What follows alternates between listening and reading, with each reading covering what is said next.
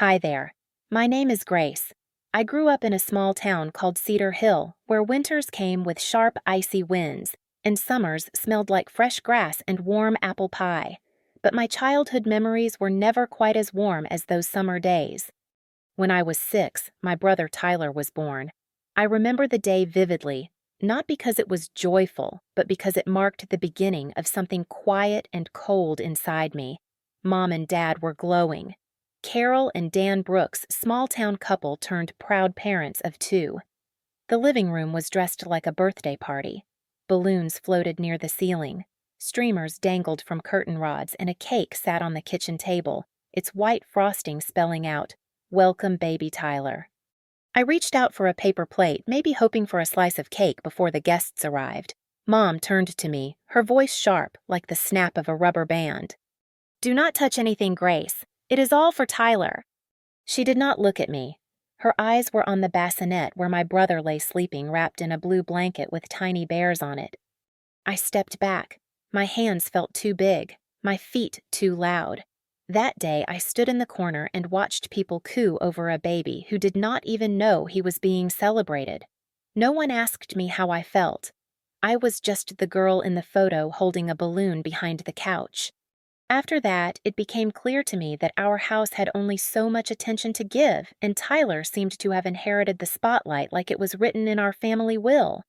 The next morning breakfast was served in 2 forms. Tyler, still a baby in a bouncer chair, had warm formula and the sound of lullabies from the radio. I had a piece of toast left on a plate that had already gone cold. No butter, no jam, just dry and forgotten like the chair I sat in. Over the next few years, things settled into a pattern. Tyler cried, and the world stopped spinning. I spoke, and no one turned their head. Mom had 1,000 names for Tyler Angel Buddy. My little genius. She called me Grace, mostly when I was in trouble. At school, I began to realize that my teachers noticed me more than my parents did. I got gold stars on spelling tests, smiley faces on math worksheets, and little sticky notes that said things like, "So proud of you," and "Keep it up." I kept every one of them in a shoebox under my bed. It was the only place in the house where I felt truly seen. Tyler's birthdays were events. Every year there was a theme: dinosaur space pirates. Our backyard transformed into a different world with matching paper plates, goodie bags, and cake. So tall it needed 2 sets of candles. I usually helped Mom decorate, but my name was never on the banners, just Tyler's written big and bright. On my 8th birthday, we had a small dinner. Mom made spaghetti. No balloons, no music. She handed me a wrapped sweater and said, "Try not to lose this one." "Okay." I smiled and nodded. Later that night, I wore the sweater to bed. Even though it was too warm under the covers, it was the only gift I got that year. School mornings followed a script. Mom made Tyler heart-shaped pancakes just the way he liked maple syrup on the side. Strawberries sliced thin like little stars. For me, it was usually toast again. Sometimes oatmeal, but the kind without sugar or milk. Once I asked if I could have pancakes too. Mom sighed and said, "We do not have time for 2 sets of everything." One morning, I sat across from Tyler at the table. He was giggling syrup on his chin, and I watched the steam rise from his plate. My toast sat untouched. The butter never melted. I remember once needing new glasses. My old pair had scratched lenses, and I was struggling to read the board in class. When I asked Dad about it, he looked up from the newspaper and said, "Can you make do a bit longer? Tyler's birthday is coming up. We are saving for a big surprise." I said nothing, just nodded like I had learned to do.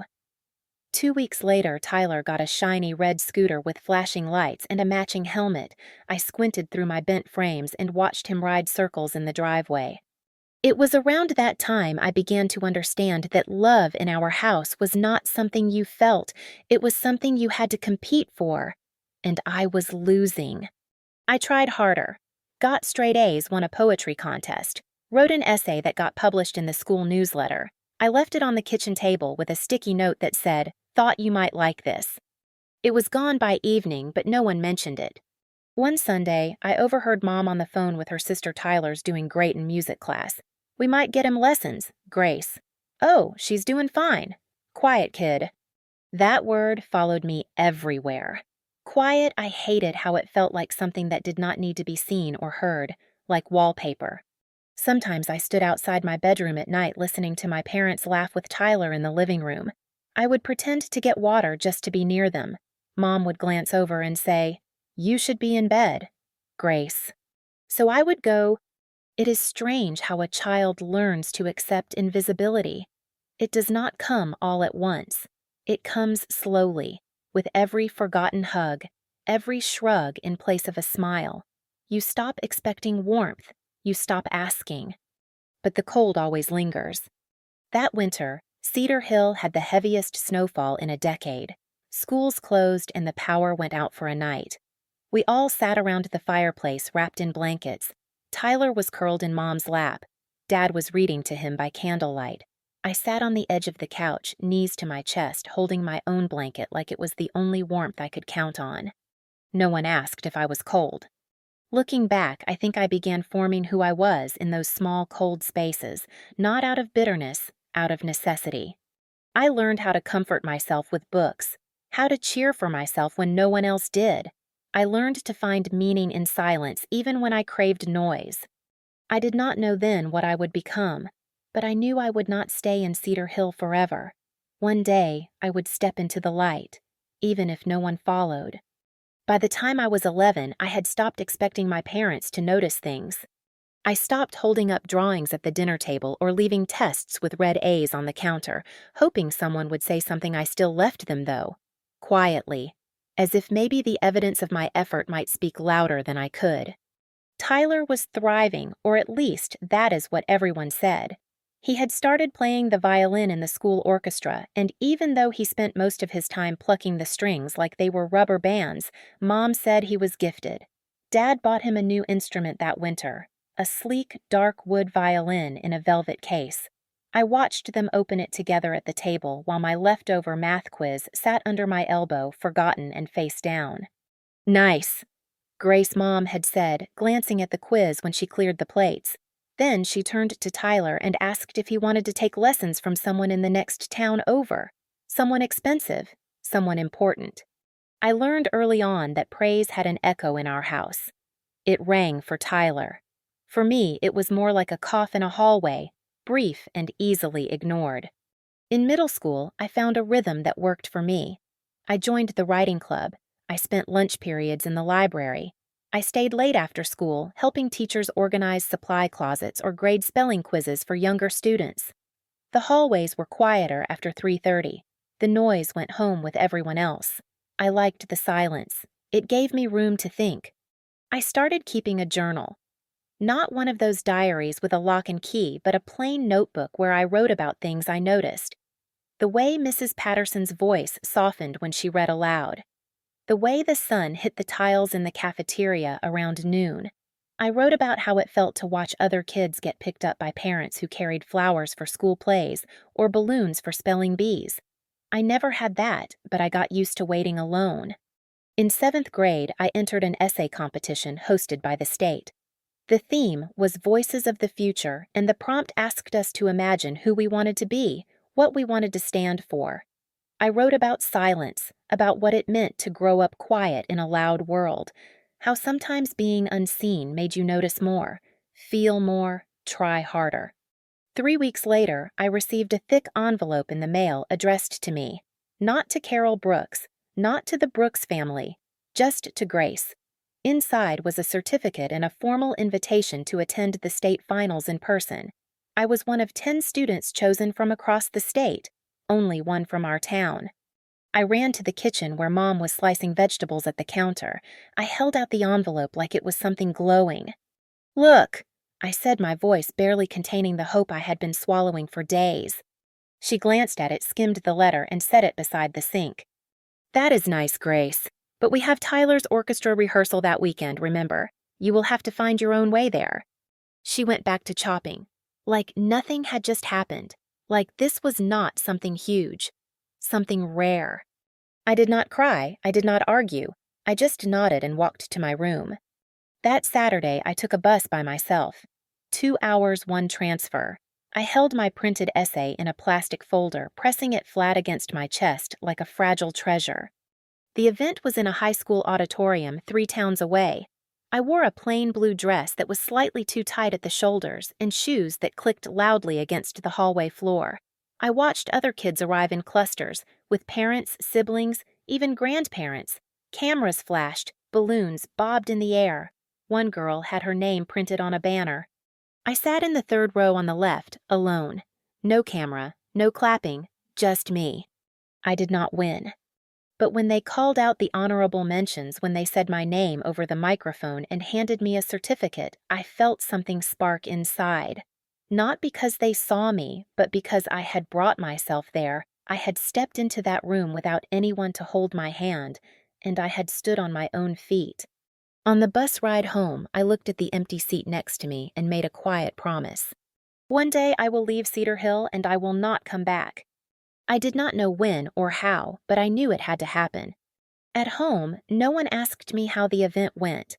The certificate stayed folded in my backpack for days until I finally pinned it to the corkboard in my bedroom. It hung there next to drawings I had made and quotes I copied from books. That board became my little wall of light, a reminder that I mattered, even if only to myself. By 8th grade, I had a routine that kept me going. I volunteered to help teachers with bulletin boards. I stayed in the library long after the final bell. I started tutoring a few kids in math after school. Adults loved me. Other students thought I was weird, but I did not mind. It kept me busy. I found little ways to reward myself. A quiet walk to the lake after a big test, a new library book checked out just for fun. One time, I bought myself a chocolate bar and ate it slowly in the park, pretending it was a gift. Tyler, on the other hand, became the town's rising star. He was asked to perform at community events. Dad took off work to attend everyone. Mom posted videos of him online with captions that said, "So proud of our little artist." When I got accepted into the high school honors program, I left the letter on the coffee table. That evening, Dad glanced at it and said, "Good for you, Grace," then turned back to the TV. By then, I had stopped hoping for big reactions, but it still stung, like a bruise you forget is there until something touches it. That winter, I used my babysitting money to buy a second-hand winter coat. The old one had a tear in the sleeve. When Mom saw me wearing it, she raised an eyebrow and asked, "Where did that come from?" "I bought it," I said, "with my own money." She nodded, once said nothing, and walked away. It was the warmest coat I ever wore. That spring, I started keeping a list in my notebook, not of things I hated, but of things I wanted. A life in a city, a room with bookshelves that touched the ceiling, a window that faced the morning sun, a nameplate on a desk, a key to my own front door. Every time Tyler won something, I wrote something new on that list, not because I envied him, but because I refused to let myself disappear. I became my own witness, my own keeper of memories, my own cheerleader. By the end of 8th grade, I had collected 3 certificates, 2 ribbons, and 1 medal for academic excellence. None were framed, none were photographed, but they meant more to me than any violin trophy. Because they were mine, earned, carried, remembered. I did not know yet what the future would hold, but I knew I was already halfway out the door. The day I left Cedar Hill, no one stood on the porch to wave goodbye. There were no balloons, no hugs, not even a family photo snapped beside the packed bus. Just me, a single suitcase, and a folder holding the acceptance letter that changed everything. I had gotten into the University of Michigan on a full scholarship. The letter came in a large envelope, crisp and heavy in my hands. My fingers trembled as I peeled it open, each word pressing against my chest like proof. Proof that I mattered, that someone out there, even if it was just a panel of strangers reading my essay, had seen me. That evening, I placed the letter in the center of the dinner table, not tucked to the side, not hidden behind the salt shaker, right there where everyone could see. Mom glanced at it once while frying chicken. "That is nice, Grace," she said. Then she turned toward Tyler. "You have your audition this weekend for the Regional Youth Orchestra, remember? We need to focus on that. Let us not change the mood." She never looked back at the letter. My father didn't say anything at all. I went to my room that night and folded the letter back into its envelope, careful not to crease the edges. I tucked it into the bottom of my backpack where no one could throw it away. I didn't feel angry, just empty, as if their silence had finally outgrown its shape and spilled into the corners of me.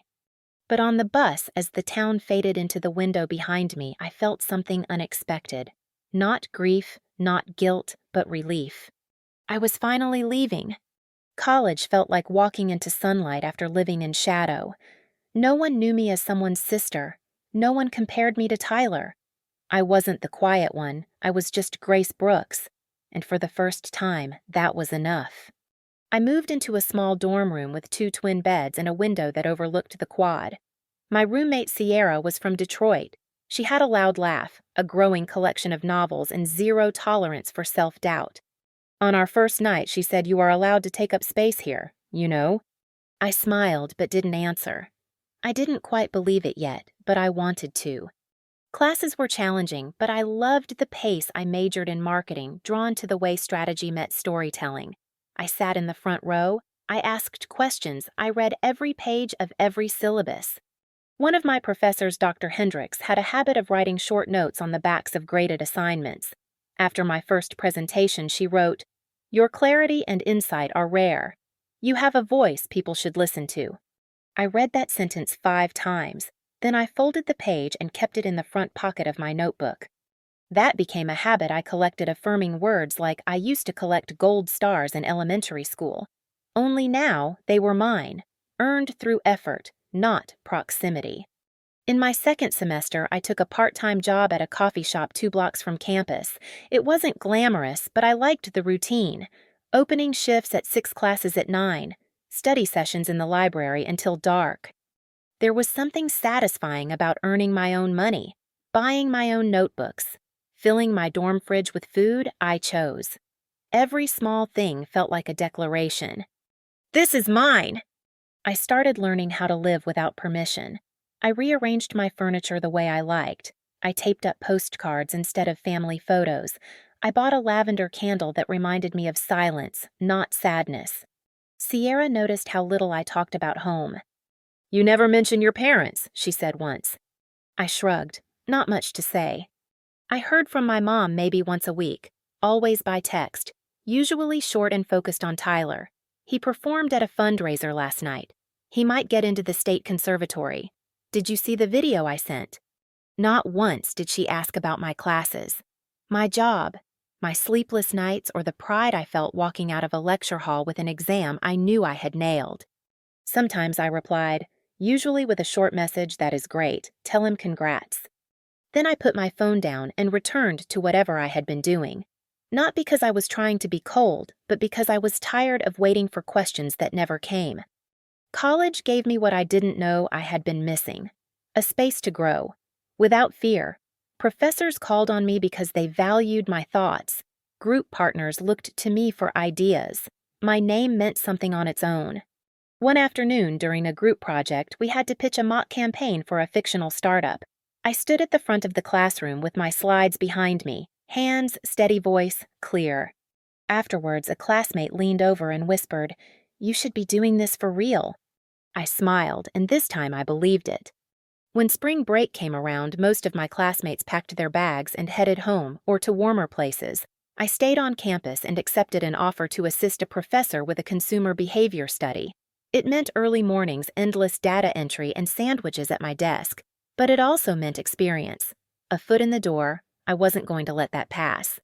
It was during those quiet weeks that I truly fell in love with my future. I saw the path forming ahead of me. It was mine to shape.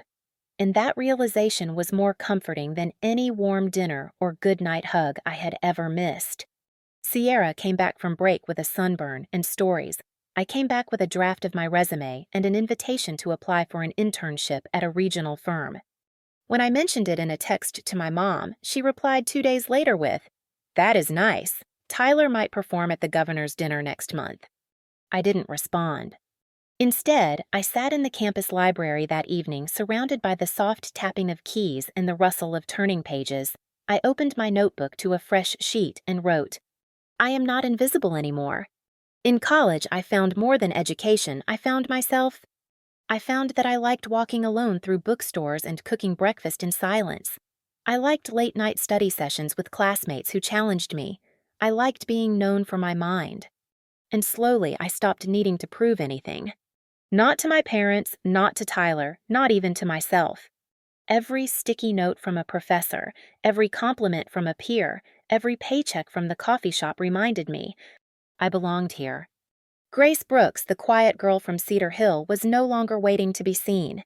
She had stepped into the light and found that it felt good on her skin. Chicago looked nothing like Cedar Hill. It pulsed with movement, with noise, with possibility. Every street corner buzzed with ambition. And for the first time, I didn't feel small. I felt ready. I had landed a full-time role at Bright & Sloan, one of the top marketing firms in the region. They offered me the job even before graduation. I said yes within the hour. My first day, I walked into the building wearing a blazer. I had thrifted for $9 and carrying a second-hand leather bag that smelled faintly of old books. But I held my head high. The office was on the 12th floor. My desk was next to a window that overlooked a stretch of the West Loop, all glass towers and honking horns. I used to stare out during breaks watching strangers pass by in coats and heels and remind myself I was one of them now. Grace Brooks, creative strategist, not Tyler's sister, not the quiet one, just me. Work was fast-paced. Clients came with impossible deadlines and even more impossible demands. I loved every minute of it. I loved building something from nothing. I loved finding the exact word that made a slogan stick. I loved the click I felt in my brain when an idea finally made sense. I stayed late most nights, volunteered for extra campaigns, took notes in meetings even when I wasn't asked. Within 6 months, my name started appearing on internal memos. Colleagues asked for my input. Directors invited me to sit in on client calls. One morning, after presenting a concept called Living Brands, which focused on emotional storytelling through marketing, the room went still. Then the lead director, a man who rarely spoke more than 3 words at a time, leaned forward and said, "This is thoughtful. Deep." It made me reflect on myself. That night, I went home and found an email waiting subject line, "Year-end performance bonus." The number at the bottom of the message made my throat catch, not because it was large though it was, but because it was tied to my name, my work, my voice. I printed that email and taped it to the fridge in my apartment, a fridge that for once was mine. That apartment was small, tucked above a flower shop with creaky floors and windows that whistled when the wind hit just right. But I loved it. It smelled faintly of roses and fresh bread from the bakery across the street. I painted the walls myself. I added a bookshelf by the window and filled it with poetry branding guides and novels I had been meaning to read since college. I bought 2 mismatched mugs from a street vendor and claimed one as my morning cup. And then one quiet Thursday afternoon, I met Owen.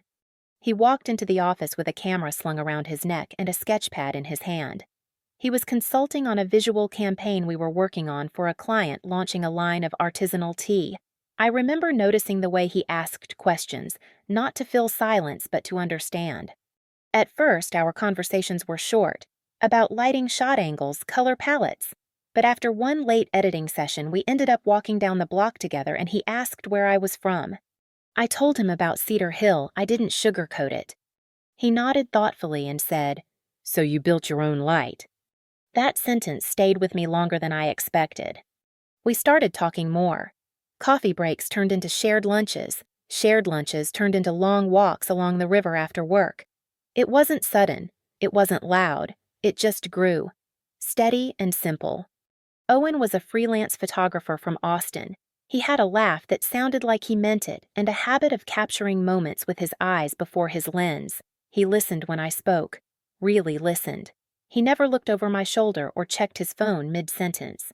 When I told him about the first time a professor wrote me a note, he smiled and said, "I hope you still have it." I did. 6 months after we met, Owen moved in. He brought with him an old camera, a box of records, and a cat named Milton who liked to sleep in the bathroom sink. My apartment, once quiet and orderly, filled with music, half-finished sketches, and the smell of cinnamon toast late at night. Owen started leaving sticky notes on the fridge. One read, "Your brain is magic." Another said, "You made it." I kept every single one. On weekends, we explored bookstores. On rainy days, we stayed in and made pasta from scratch. On difficult days, we sat quietly shoulder to shoulder without needing to explain anything. It was the first time I felt love without the need to earn it. No conditions, no comparisons. Just love. One night, after we had both returned from a long day, I stood in the kitchen in my bare feet drinking tea from my chipped mug. Owen came in, kissed the back of my neck, and said, "I like this life with you." "Me too," I whispered. I liked waking up to the sound of him humming while he made coffee. I liked how he remembered the kind of pens I used and kept extras in his bag, just in case. I liked how he never once asked me to shrink. I had spent so much of my life trying to be small, quiet, unnoticed. Now, someone saw me fully and still chose to stay. At work, my name continued to rise. I was asked to lead a regional campaign. I pitched my first original concept to a Fortune 500 client. My supervisor told me, "You have a rare combination of insight and clarity. You make people feel something." At home, Owen would watch me rehearse my presentations and clap from the couch. "You are the boss now," he would say, grinning. I began to believe it. That year, we celebrated our first anniversary with takeout and a string of fairy lights in the living room. I framed a photo Owen had taken of me at the park, wind in my hair, laughter in my eyes. I hung it above my desk, a reminder of who I had become. I was no longer the girl with the untouched toast, no longer the student waiting alone at an awards ceremony. I was a woman with a career, a partner, and a home filled with laughter. I still didn't hear much from my parents. The occasional text from my mom, usually about Tyler's latest achievement. She once sent me a video of him playing violin at a city gala. No mention of my promotion, no questions about my life. I used to feel that sting, but now it barely grazed me.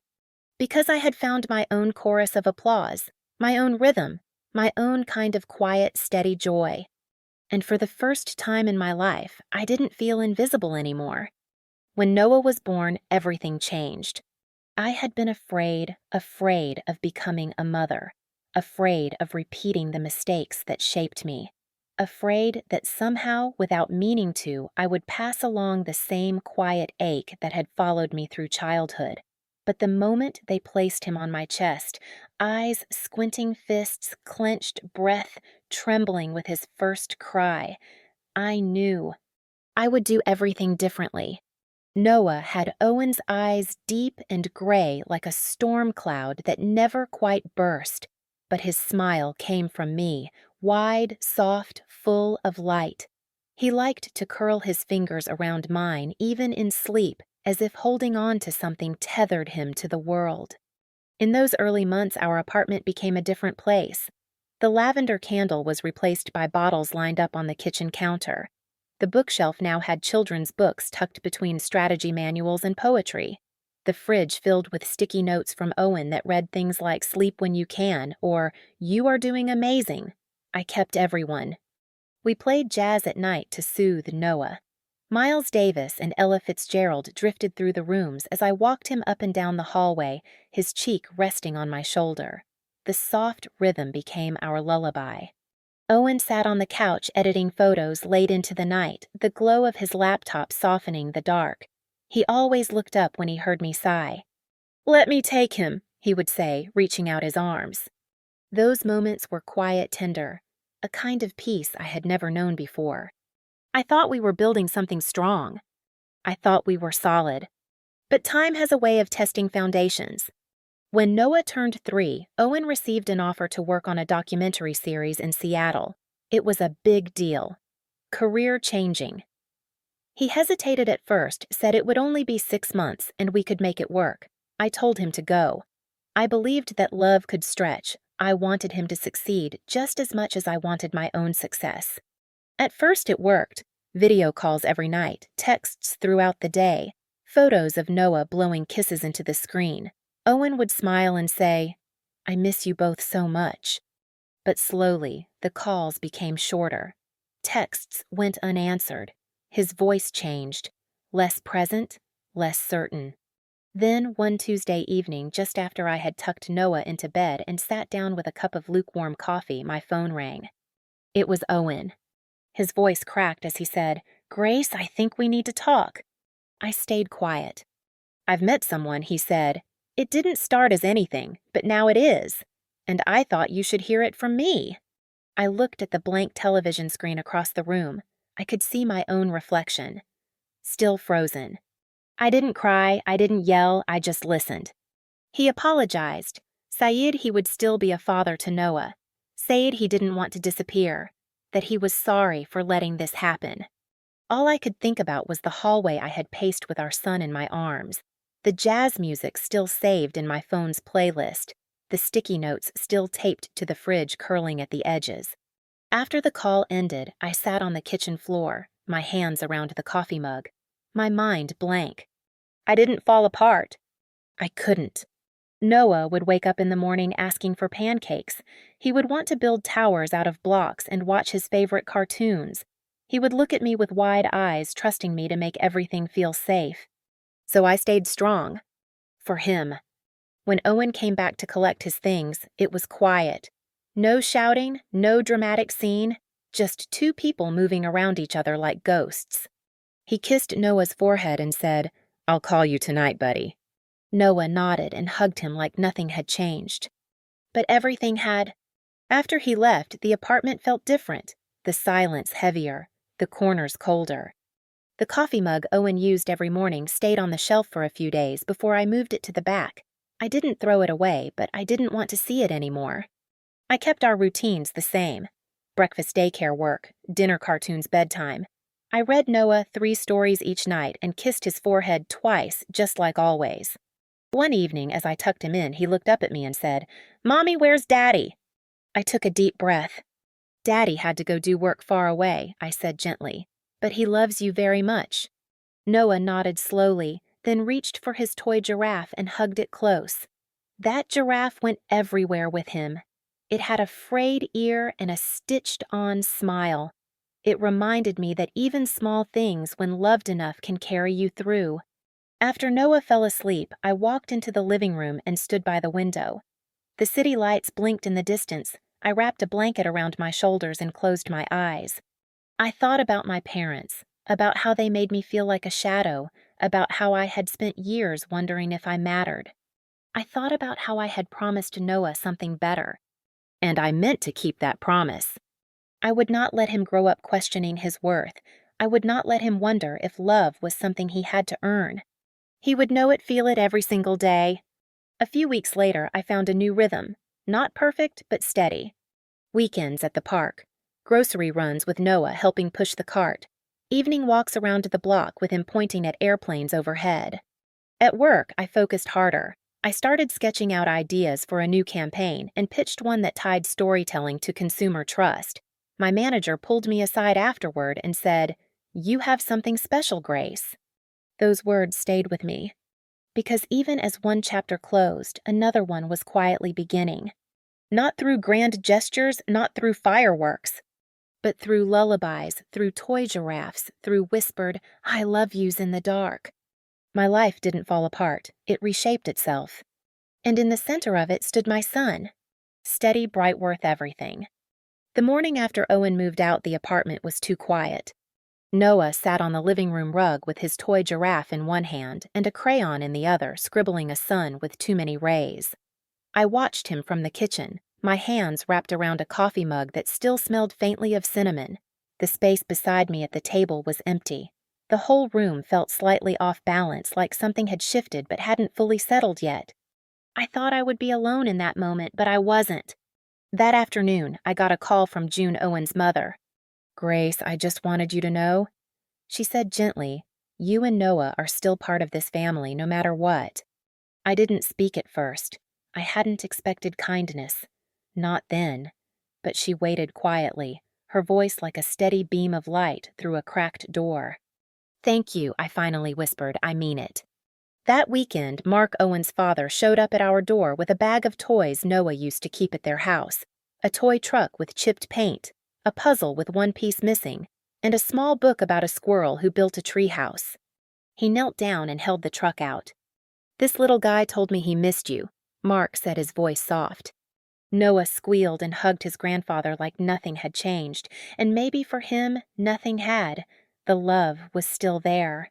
A few days later, Rachel Owen's sister came by with a batch of ginger cookies and a tiny t-shirt that said, "My aunt is awesome." She handed it to me with a smile. "We might not be sisters-in-law anymore," she said, "but I'll always be Noah's aunt if that's all right with you." I nodded, too choked up to speak. That was how it started. Not with declarations, not with drama. Just Visits cookies. A puzzle piece found under the couch. Little gestures that began filling in the empty spaces. Every Saturday after that, Noah was picked up by either Rachel or June and taken to their home in the suburbs.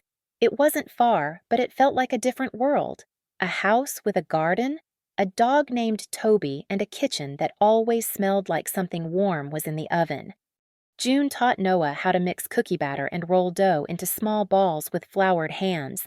Mark showed him how to plant cherry tomatoes in the backyard, explaining each step as if it were a magic trick. Rachel, with her quiet way and sharp eye, drew pictures with Noah at the dining table. She would sit with him for hours, teaching him how to shade in clouds and trace the curve of a tree. They called it art class. He called it his second home. The first time I picked Noah up after one of those Saturdays, June handed me a container of leftovers and said, "We always make extra."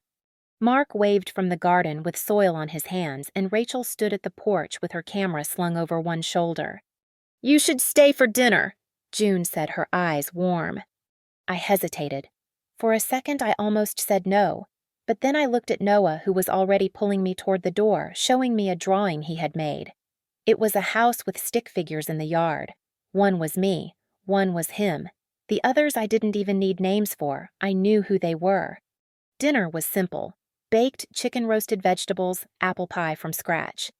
But it was the conversation that surprised me. Rachel asked about my work. June asked how I was sleeping.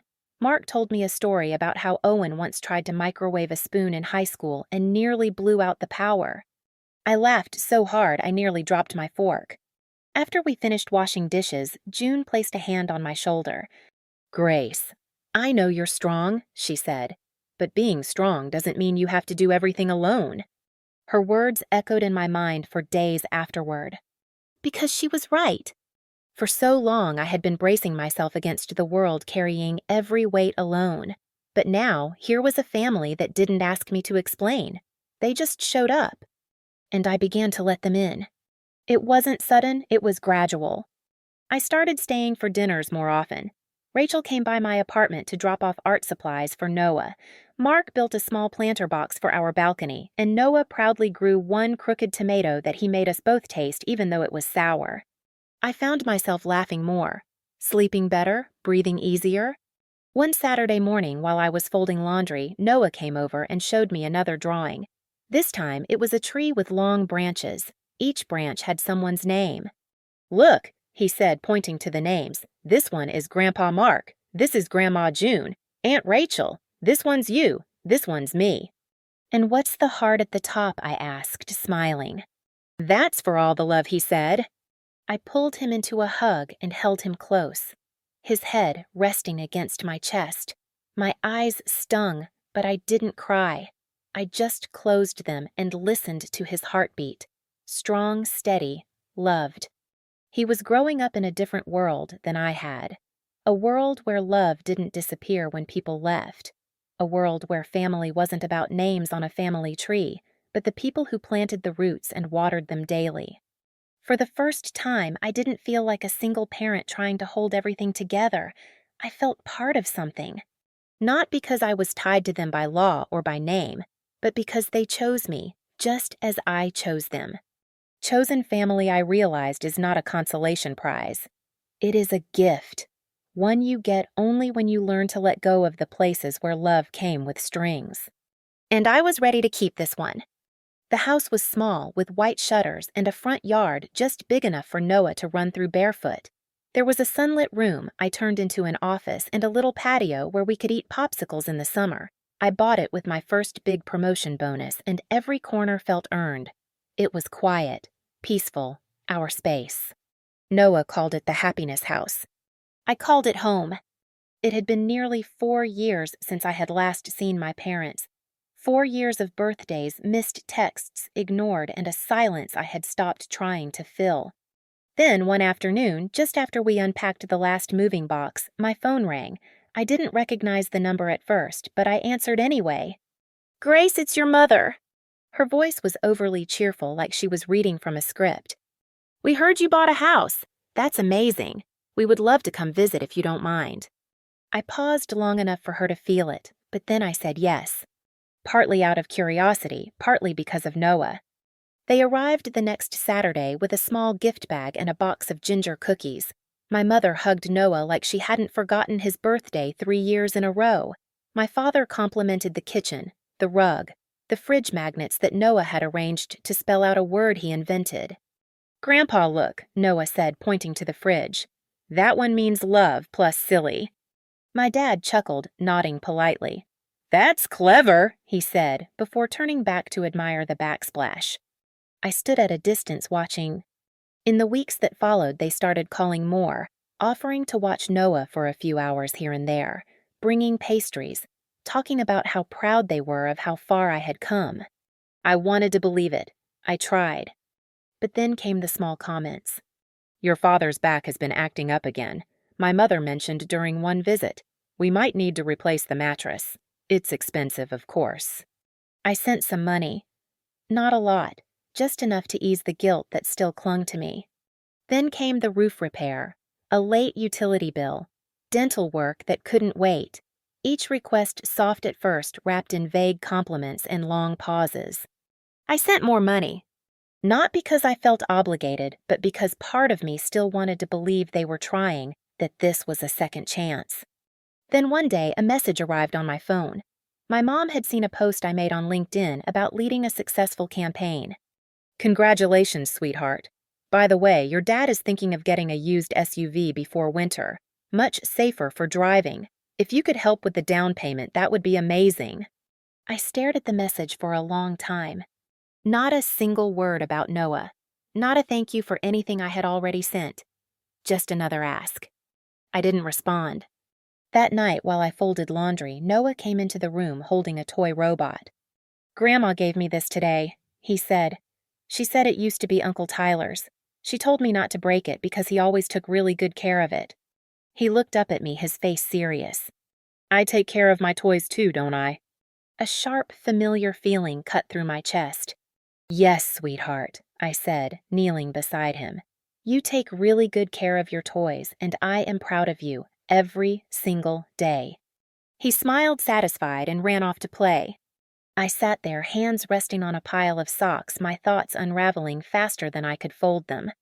It was happening again. The pattern I knew too well. The subtle comparisons, the conditional approval, the rewriting of history through tone and omission. I had let it slip back in, quietly, carefully, and now it was brushing up against the one person I had promised to protect. That night, after Noah went to sleep, I opened my phone and replied to my mother's message. "I'm sorry, but from now on, everything I build will be for Noah. Not to make up for what you never gave me, but to make sure he never has to feel the way I did." I didn't wait for a reply. I turned off my phone, closed the laptop, and sat on the couch in silence.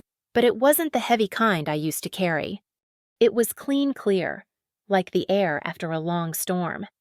The next day, I canceled the recurring transfers to their account. I removed them as beneficiaries from everything. I opened a new savings account under Noah's name and labeled it the Freedom Fund. Because sometimes freedom isn't about running away. It is about no longer letting someone else decide what you owe. A week later, I blocked their numbers. Then their emails. Then their social media. I didn't make an announcement. I didn't send a letter. I just chose peace. And peace didn't need a permission slip. From that moment on, I carried a different kind of strength. Not the one that smiles through rejection or sends money out of habit, but the kind that draws a line. The kind that says, "I know who I am now and I don't need to keep explaining it." Noah didn't notice anything change. He still danced in the kitchen while I made pancakes, still asked me to read the same book 3 times in a row, still hugged me like I was his whole world. And but I was also mine. The pain started just after lunch, a sharp, sudden stab in my lower right side like something had torn.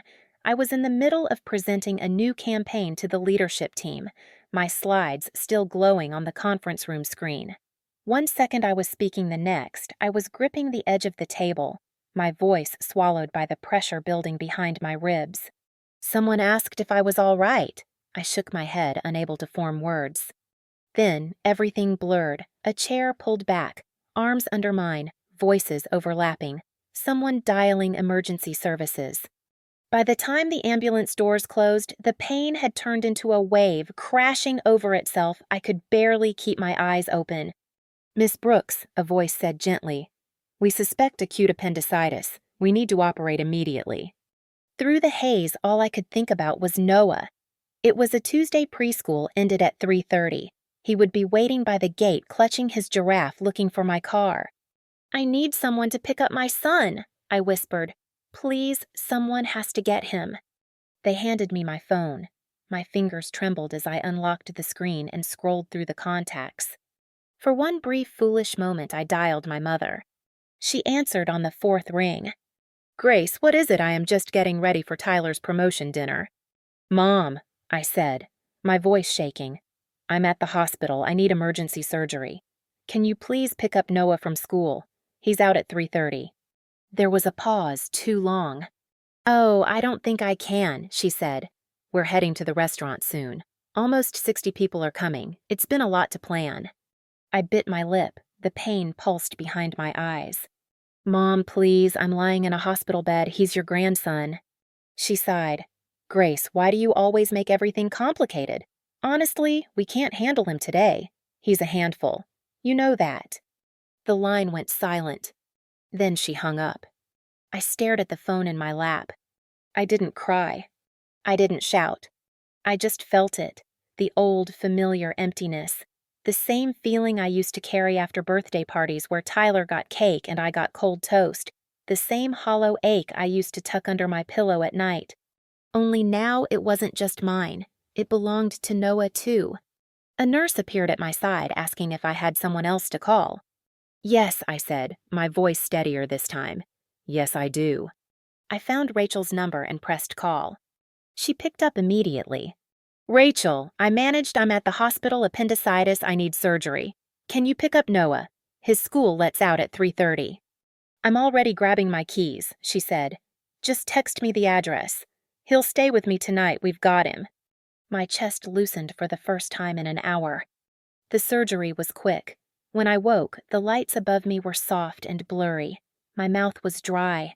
My arms ached from the IV. Beside me on the bedside table was a photo printed on glossy paper. Noah, grinning wide, stood next to Rachel's dog with one arm wrapped around its neck. Written underneath in blue crayon were the words, "I slept so good. Bully shared his blanket. Love you, Mommy, Noah." I pressed the picture to my chest and closed my eyes.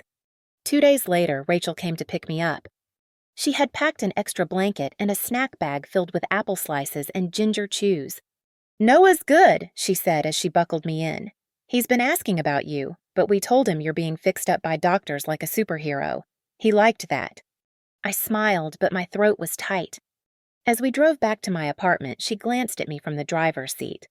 "Grace, I don't understand your parents. I never will. But I do know this Noah is not a burden. He's light. And you're his whole sky." I let the words sink in like sunlight. That night, once I was settled in bed with a heating pad and a bottle of water, I took down the last framed photo of my parents from the hallway. I replaced it with a drawing Noah had made a few months ago. A stick figure version of our family, complete with Rachel June and Mark in the middle, was me holding a heart in one hand and Noah's hand in the other. I didn't need explanations anymore. I didn't need to ask why. What I needed was clarity, and I had found it. From that moment on, I stopped hoping they would change. I stopped waiting for the phone to ring with an apology that would never come.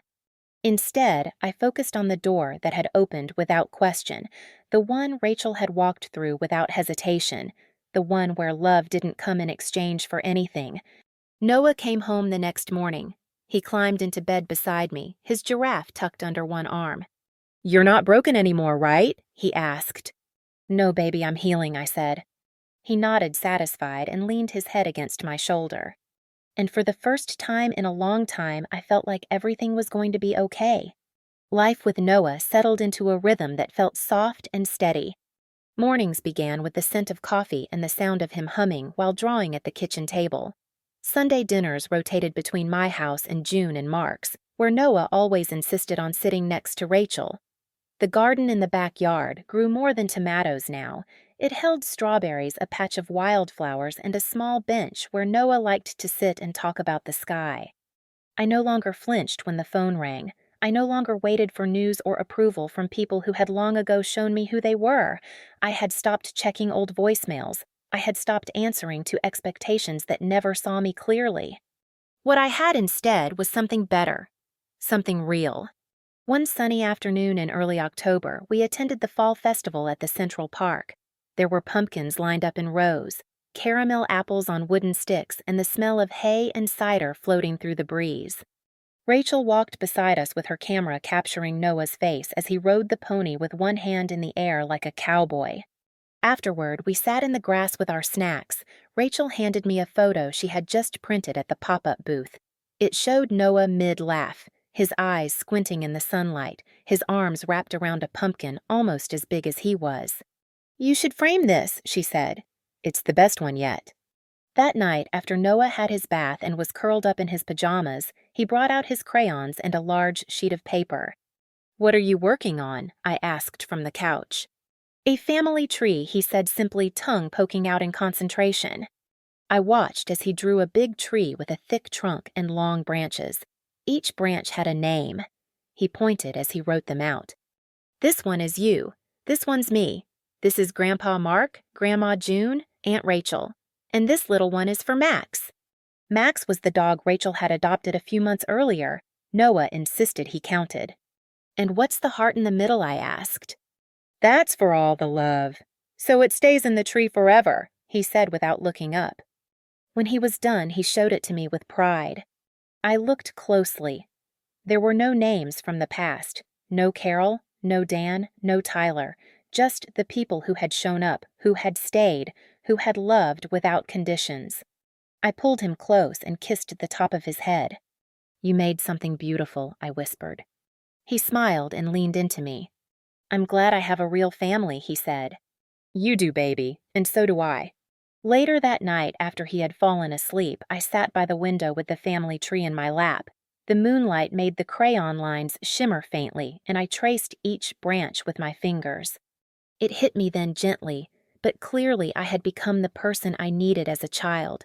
I had given my son a home, without shadows, without silence, without the cold weight of not being enough. I had broken the pattern. I had chosen something better. The next morning, I pinned the drawing to the fridge right next to the photo from the festival. I stood there for a moment, just looking, breathing, letting it all settle in. I no longer lived for someone else's approval. I no longer measured my worth by who noticed. Instead, I built a world where love was loud in its actions, quiet in its demands, and permanent in its presence. My story had once been about longing, about being overlooked, about holding out hope for someone to choose me. But not anymore. Now it was about strength, about grace, about drawing a circle around the people who lift you up and calling that circle home. One morning, while we were walking to the park, Noah reached up and took my hand. "Mommy," he said, "do you think trees ever feel lonely?" "Maybe," I said, "but I think the ones with strong branches and good roots always find a way to stand tall." He thought about it, then nodded. "Like us. Exactly like us." We crossed the street, leaves crunching under our feet. The sun was soft on our backs, the world quiet around us. And in that moment, with his small hand in mine and the wind playing gently through the trees, I knew. We were not missing anything. We had everything. And we had chosen it. Grace's story is a quiet but powerful testament to the strength it takes to walk away from conditional love and build something better. Through years of being overlooked, she never stopped reaching for light. She learned that being unseen does not mean being unworthy, and that real family is not always the one you are born into, but the one that shows up and stays. Her journey reminds us that healing does not always come with noise. Sometimes it arrives in quiet decisions, in steady love, and in choosing peace over pain. If you have ever felt invisible, Grace's story is for you. If you have ever stood up for yourself or protected someone you love, then you already know her strength. Share your thoughts in the comments, let us know what spoke to you, and subscribe for more heartfelt stories that celebrate resilience, courage, and the families we choose.